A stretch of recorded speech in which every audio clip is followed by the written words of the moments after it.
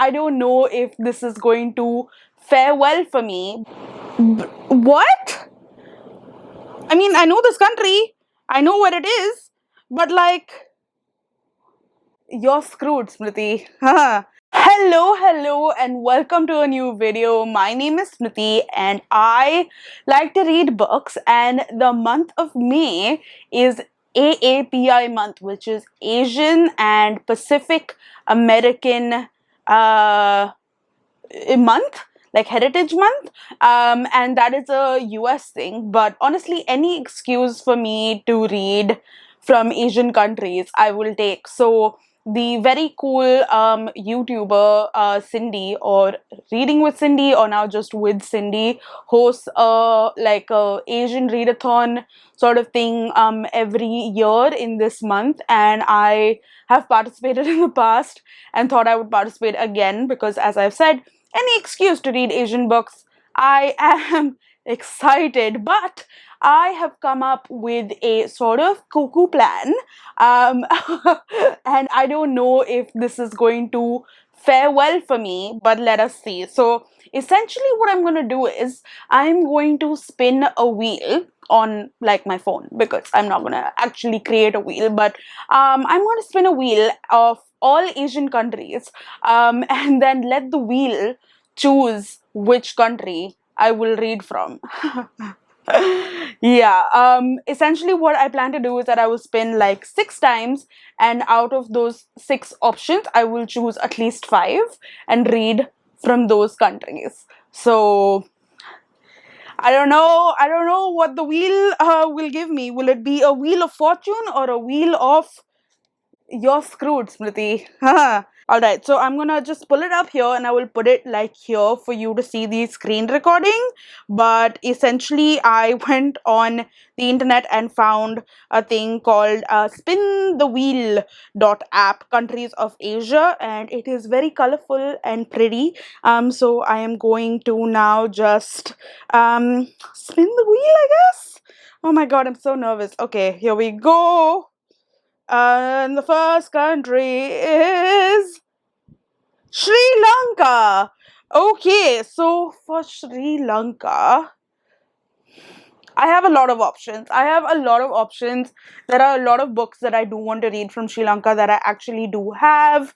So, okay, so I'm going to just like cut in with like me from like little bit of the future to tell you which books that I'm going to read for each of these countries. So, for Sri Lanka, I'm going to be reading Funny Boy by Shyam Selvadurai. This is a book that I've been meaning to read forever. And it basically follows this boy called Arji, who is just figuring out that he's gay, but he's also Tamil and lives in the time when there was like that civil war going on in Sri Lanka. So I don't know, I've heard absolutely excellent things about this one. So I cannot wait to finally reread Funny Boy. Okay. Let's spin the wheel again and see what other country it comes for me. Okay, so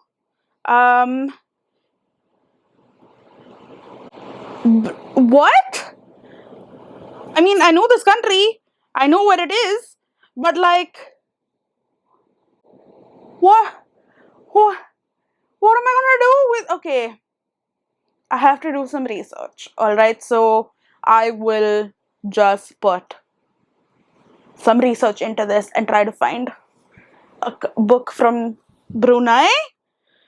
Jesus, shit. Okay, so for Brunei, I have done some research and I have found a book on Scribd.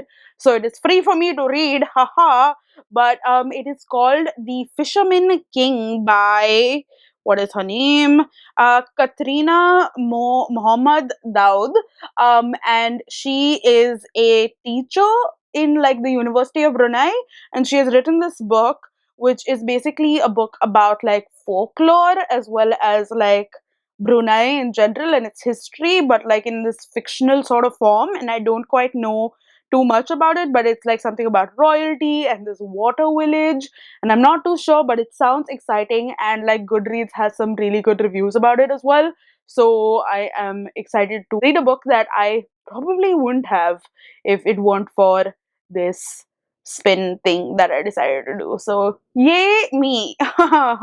Shit. Okay, the first one is easy, the second one is tough. Hopefully, the next one will also be easy. So, let us spin again. And we have China, please be China, please be China. Freaking Cyprus? Is Cyprus technically in the. Is Cyprus in Asia? Okay. Yeah, I mean, above Turkey. Okay. So for Cyprus, I actually do have a book, but you'll see in another like thing that I do in the future, in another video where I talk about another book. You'll see, it'll make sense. I have got two tough countries now. Why did I do this to myself? Alright, next we have. What am I gonna get next? Okay, I'm scared, but let us spin again. And uh Pakistan, Pakistan, Pakistan! Yes! Oh, wow. As an Indian, I should not be so excited to say Pakistan, but there are genuinely a lot of books from Pakistan that I do want to read. So, I'm sure I will have some books for me to choose from. So for Pakistan, I have a book that I've been meaning to read for a very, very long period of time. It is a favorite of a very close friend of mine, Vivek, and that is The Diary of a Social Butterfly by Moni Mohsin. And this is basically like about this socialite called Butterfly who is like a silly person and she like misspells things or whatever. Um, and she just like we get to see her life and also like things happening in Pakistan but unfolded through like a diary that she writes, I think.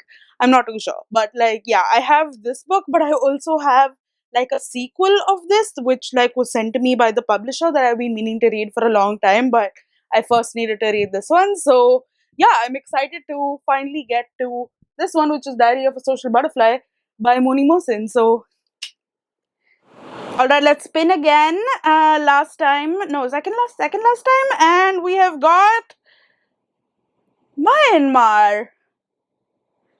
You know what? Actually, I have a book from Myanmar that I really want to read.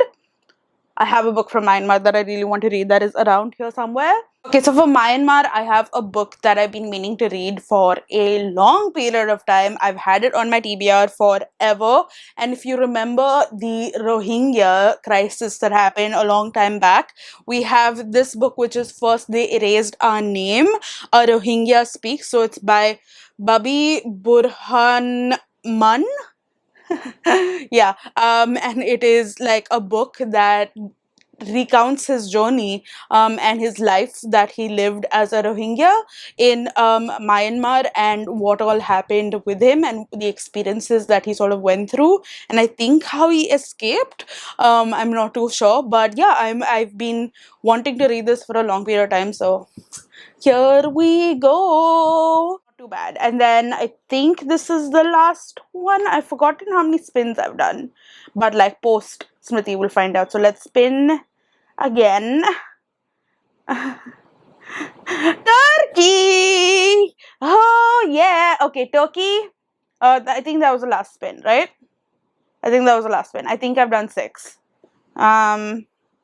It's fine. Okay, so Turkey is good because I have a lot of books from Turkey that I also want to read, including one which is sitting right here. Okay. So for Turkey, I have the perfect book because it includes both Turkey and Cyprus, and that is this book that I've been meaning to read forever. Okay, by forever I mean like for a year or so, and that is The Island of the Missing Tree. Oh my god, would you look at that?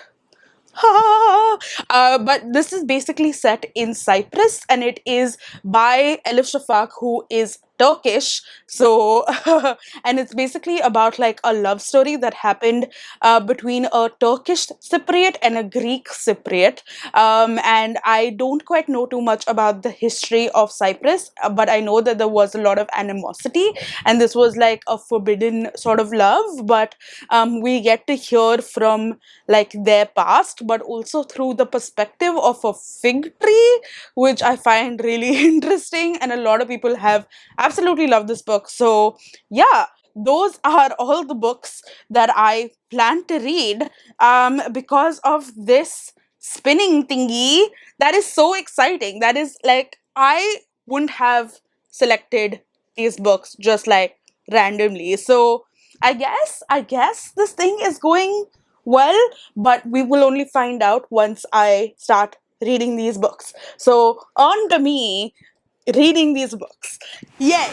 Hello, I have finished reading the first ever book of this video, and it was the easiest 5-star I have given so far in this year. Oh my god, it was so good. I don't know why I do this to myself, where I don't end up reading books that I think I'm absolutely going to love, because I've had this book on my bookshelf for freaking years, okay?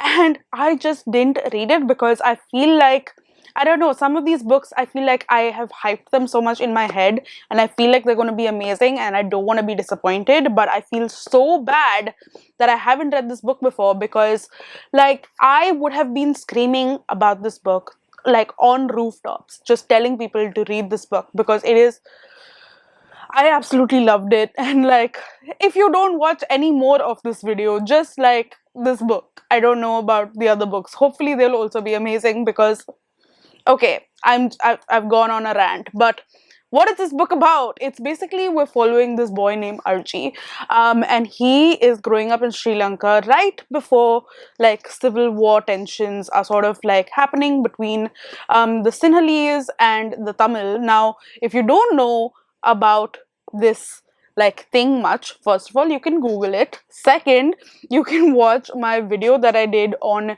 the Seven Moons of Mali Almeida, which won the Booker Prize last year, which is also set in Sri Lanka during like similar times. And like it gives you like a primer essentially, and you should also read that book. But this book is what we're talking about right now. But this book was just spectacular. I just keep saying that. Anyway, we're following RG, who's a young boy growing up in Sri Lanka right before the civil war, and we see like various stories of like his life. So we are like, it's going in like a order, but like it's just like incidents that he's like telling us about, and it's just done amazingly. So like in the first incident, we're getting like him having his aunt come in back and like want to get married, and then we're seeing like the whole story of how like the Tamils versus the Sinhalese, how like it's a whole thing. And with each story essentially we get to understand more about like not only Arji but also like the people in his family, and also of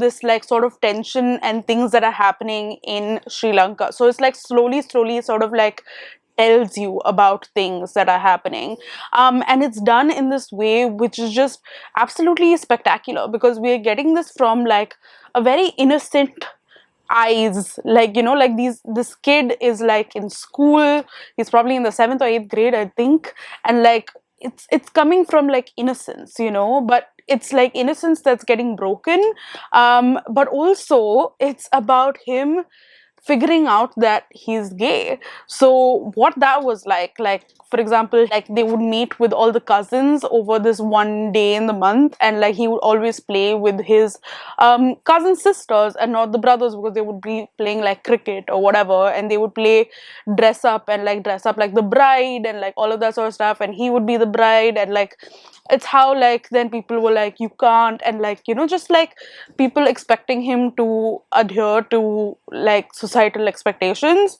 and just his whole experience of him going through that, and like in the very end how he's coming to terms with it and all of that sort of stuff, and just like how it slowly builds up, not only in terms of like him realizing like what he feels and how like like he feels in terms of like his sexuality, but also in terms of like what's happening in Sri Lanka, and how like his world is sort of changing, and how his country is changing, and how like everyone sort of deals with it. So like in one story we get to see like his aunt, in one other story we get to see of his mom and his dad, and just like a bunch of things. And I just thought that like it was so well done, like it was just so well done and just absolutely amazing.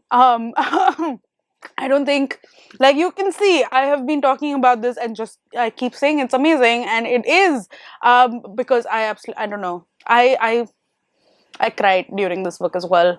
I didn't record it because like I didn't have my camera on and I just want to feel my feels, but it was so good. And I have another book by Shyam Selvadurai called Cinnamon Gardens that I want to read as soon as possible, because it is set in like the place where like Arji like used to live or lives, and yeah, it's based in the 1920s in Cinnamon Garden. And I just I don't know, I love it so much. New favorite book, honestly, new favorite book. Okay, exciting stuff. All right, cool. Hello, I am really sleepy, but I felt like I needed to come here and talk to you about the book that I just finished reading, which is The Fisherman King by Kathrina Mohammed, what? Daud. And this was a book that I was supposed to read because I chose, like, I didn't choose, but the wheel chose Brunei for me. And honestly, I am like so happy with this because I have found an exceptional book because of this, and like I honestly would not have heard of this if not for this. And I'm just like really happy that like it came on this, because this book is so interesting and just so well written. Like it has all these things of mythology and folklore and all of that in this really interesting tale of a man essentially who was orphaned and brought to this water village in Brunei, which is a real thing. And he has always had this feeling that he comes from like royalty. So many years later he leaves and he's gone for like years, and he's trying to figure out what exactly like his lineage and where he comes from. And through that, like there are various different things that he discovers and ultimately like gets to, and woven into this are just like different sorts of like stories that have been told, and I don't know if they have actually been told in like reality or it's just something that the author has made up, but it just sounds absolutely amazing. And you get to know so much about like history of Brunei and just like of the place that it is. And yeah, I just would so highly like recommend this book. And it's just like, I don't know, it's just like really good writing. So like from the very first page, okay, I want to read out like the first few paragraphs to you, and I don't know if you might find it boring, but it just shows how like evocative the writing was. And like, so the first chapters, or like the beginning of each chapter starts with like these something written in italics, and that is usually like a story that has been told, but that you see how it's like relevant. But essentially it says, the crown prince is bored. Tell me a story, he says to the old woman who sits placidly at his head, chewing betel nut and fanning him slowly. They are alone in the long shady room overlooking the river. It is a still day. The water shimmers languidly but does not shift. The sky is an endless stretch of open blue, the clouds far away and white. There is a sudden movement in the dense mangrove trees that line the riverbeds across the water.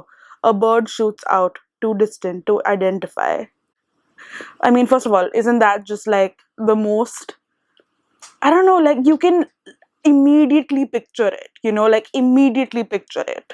So then she says, the Kwang Achoy spits into a silver pot and continues to fan him.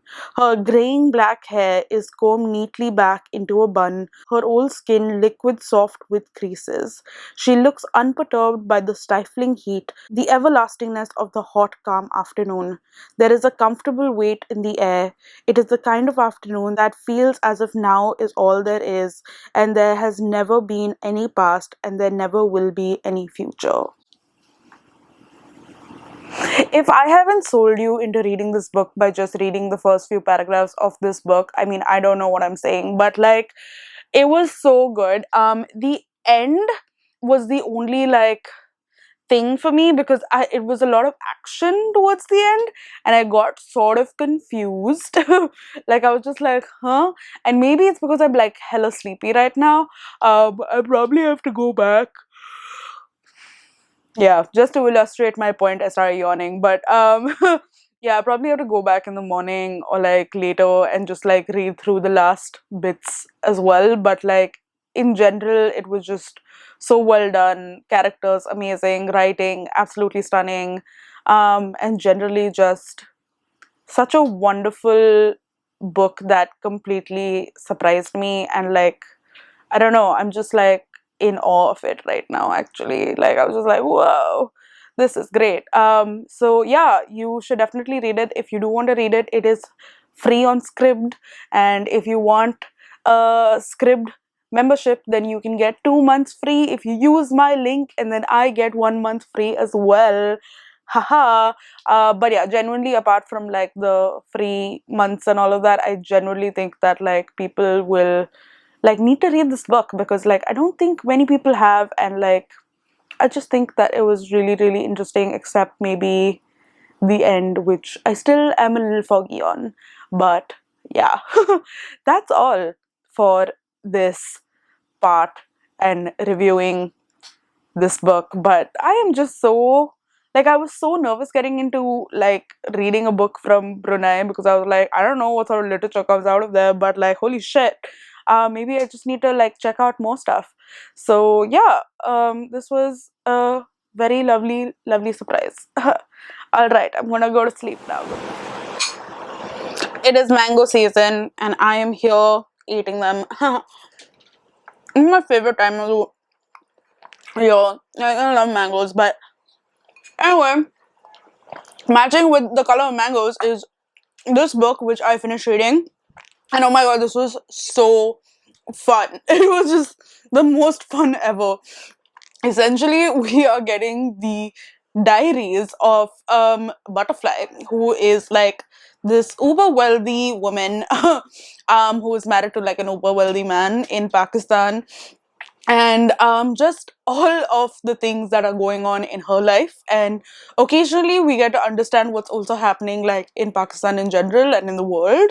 And I found out when I finished reading this book that these were actually like newspaper columns, because like Moni Mohsin would write this column from Butterfly's perspective, where she would talk about like things happening in the uber wealthy people's lives, but like it was a like satire of sorts, but also somehow connected to things happening in like the world and in Pakistan. And like, so for example, she'll talk about like Pervez Musharraf or like Imran like Khan, what's his name, yes, the cricketer who's now the prime minister. So like a bunch of stuff like that, right? And like just other things like 9/11 and all of that. So like a lot of stuff is sort of covered, but we get this from this dim-witted person who only cares about like clothes and status and like going for like these things called GTs, which are get-togethers, and like just like I don't know, it was just like the most amazing thing ever. And like a lot of this is written in like terrible like spellings, just terrible spelling. So I feel like you need to be sort of South Asian to understand what she's saying, though I don't know, like maybe if there are any like people who are not from South Asia and they've read this And like, I don't know, did you understand a lot of it? Because like I felt like there was a lot of South Asian like slang into this, and just the way she would spell things like was just so bad. And yeah, I thought it was amazing. So when we get the perspective of like things happening in the world, we get it from like her husband's perspective, because he is very like politically inclined. He wants to know what's happening in the world and all of that sort of stuff. And she's like, oh my god, will you stop like dealing with this stuff? Why do you care so much? Stop like watching this TV and this news. You should just like watch like TV serials or something instead. And like, I don't know. It was just like I was laughing out loud various times. And like the thing with this book is that you're not laughing with her, you're kind of laughing at her and her various antics. But I think that was like the whole point. Like it was like satiring these like people who are so obsessed with themselves and don't really care about other things. And like, yeah, these high flying socialite people. And like it was just, I don't know, it was amazing. I really loved this. It was so much fun. I would probably give this like a 4.5 star, not a full 5 star for me, but like this is going to be a book that like I want to read the rest of the series. There is like a series, as I've shown you, like this book, it comes out like way later, but there are other 2-3 books, I think. So if you guys have read this series, can you please let me know whether I need to read the rest of that before I get into this? Because I really want to read this now, because it's just fun. Like it was just fun. So if you are from South Asia, which a lot of you are, then highly recommend. Like just the most fun shit ever. Like, oh my god, you will get so infuriated with her in the beginning, but then you'll be like, oh, butterfly, you do you. You but yeah, I enjoyed it a lot and thought it was super fun. So that is my read from Pakistan. And if again, I would really want to read this soon because it was just really fun.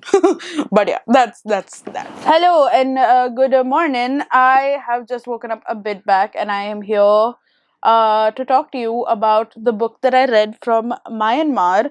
And if you hear some clattering noises, it is my window.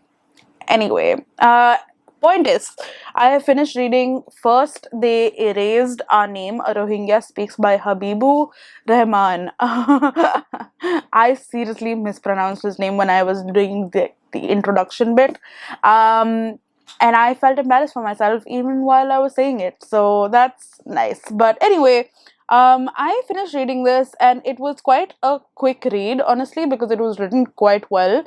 A lot of terrible things happen, but it wasn't like that triggering, apart from the fact that like this person is just treated terribly, like absolutely horrendous. Essentially what we get to see in this book is Habib's life, from the very beginning, from when he was born, when he was growing up in his village, like just things that were happening with him and his friends, or be it with his family and his father and mother and grandmother and all of that sort of stuff. And he interacted with a lot of other people of different sort of ethnicities in Myanmar, and not just like the Rohingyas. But like the Rohingyas were really treated like terribly. Like they were not even, I can't even say they were like second class or third class citizens. They were like, it felt like they were like eighth or something, like way down there.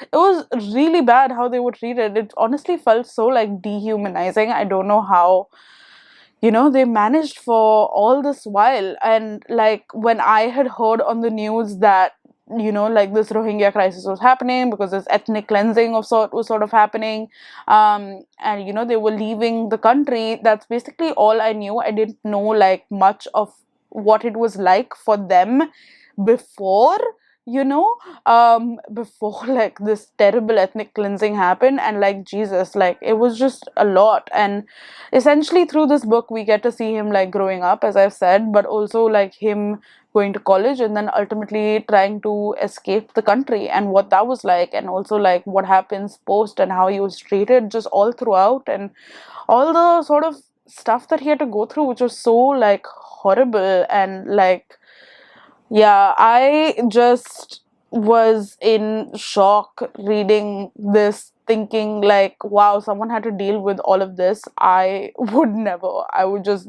give up.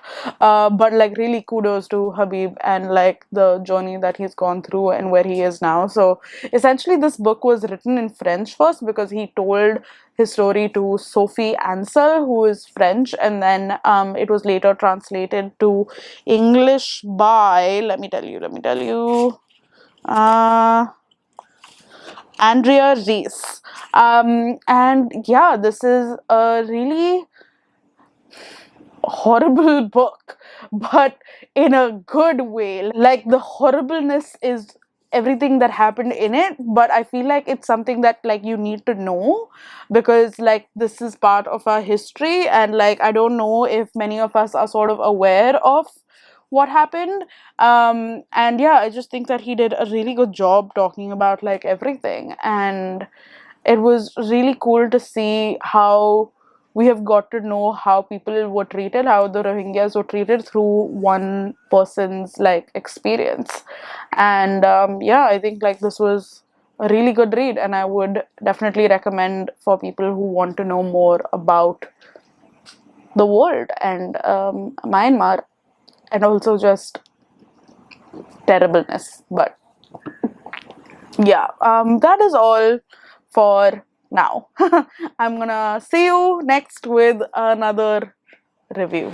We are finally at the last review of this thing, and I have finished reading this beautiful, beautiful book called The Island of the Missing Trees by Elif Shafak. And this was, pardon the noise you can maybe hear, because there is something going on outside near this ground near my house. There is a lot of noise around my house at all points of time, and we're just gonna have to deal with that. Anyway, this book was just beautiful, and I can't believe that I was like fully loving a fig tree and his narration of the world and things happening. I was just like, how am I falling like absolutely in love, in like not like a like I love you sort of way, but like in a platonic love you sort of way, with a fig tree. I just absolutely loved it, and it gave me sort of the vibes of The Overstory by Richard Powers, which is one of my favorite books of all time. Mostly because like it's a lot about trees, and we get to hear more about like our planet and like things in nature and stuff like that, and that's a lot of what like the fig tree was telling us. But apart from that, the fig tree was also telling us of this family who lives in London now, but they were from Cyprus. The mother has passed and has left behind a daughter who is still in school and her husband, and basically we get the current day, which is like in the 2010s of sorts, with the daughter sort of going through stuff and is sort of like still in the midst of great grief, as well as the father who's in the midst of great grief. And they have a visitor, and things take it forward from there. But through that also we get to understand the past and how this father and mother sort of met, and what that story was like, and also of what was happening in Cyprus, because essentially like we get a bit of a like primer in this book itself about what was happening in Cyprus. But essentially there were the Greek Cypriots and the Turkish Cypriots. So like one were like Christian Catholics and one were Muslims. So obviously the Turkish people were Muslims and the Greek people were the Christian Catholics, and they had like this sort of tussle between themselves, and they sort of divided up Cyprus. But like this sort of love story begins with like the guy Kostas being Greek, and the girl Mariam being no, not Mariam, Daphne, sorry, Daphne being Turkish, and just like how that sort of played out. But also we get to see a lot of what was happening in the country, and like I just really loved everything in this book. It was really lovely. However, I feel like the end sort of felt a bit like it was going on a high, and then it just kind of like, I don't know, I feel like it sort of left off in this weird pace, I wish we got a bit more of a wholesome and like a thing that tied things up sort of like end. But that's okay. It just I really love this. I think the writing was absolutely amazing. I think Elif Shafak does a great job in terms of writing, and the characters were just so lovely. I don't know if you can see, but I have tabbed the living shit out of this book, and like there are so many things that I have underlined in pen. Like if like yeah, I have like put a little heart by it, and because I just loved the way Kostas and other sort of like their relationship, and like just the way that like they would behave with each other, and like both of them are sort of like on tenterhooks because they know that the other person is going through stuff but they don't know how to address it, and it's very lovely. I think it also talks a lot about like PTSD a bit, and how people sort of deal with it, just like a teensy bit, and yeah, I just really loved this book. I think I'm gonna give this a 4.5 star. But yeah, I thought that it was very well done, and this was also like shortlisted for the Women's Prize, and I can see why that was done as well. So that is the end of this video. In this video, I have read 5 books from all over Asia, countries that I probably wouldn't have read from before. So if I have to rank the books in order of my enjoyment and just like recommendation, I think first of course will be Funny Boy. Duh, I absolutely love this book. I still love this book. It's so good. Then would be, if I have to do like strictly enjoyment, if I have to strictly say enjoyment, then it would be The Social Butterfly.